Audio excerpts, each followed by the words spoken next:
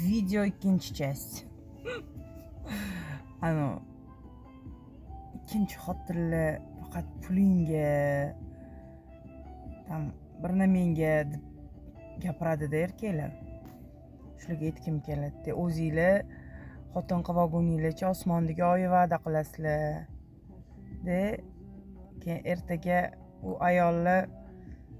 ayol ham prinsipi sizlarga ishonib tegadi-da, nikohlanadi-da.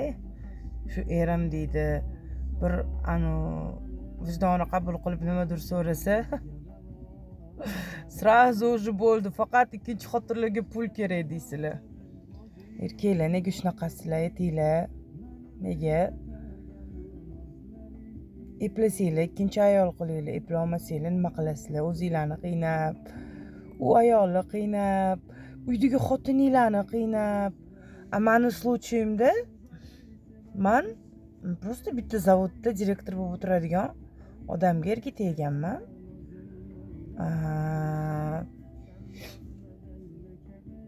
Oddiy bitta Sparkda yuradigan odam edilar. Men ularga erga tegdim. 2 oydan keyin ketma-ket qo'sha shu joylar ochildi.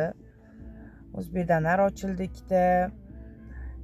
Ketma-ket mashinalar almashtirildi.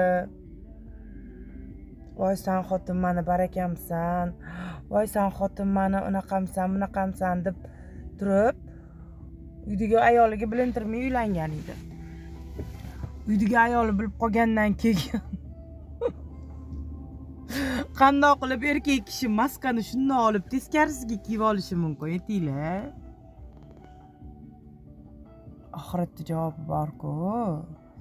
Qiz o'stirib olsizlar.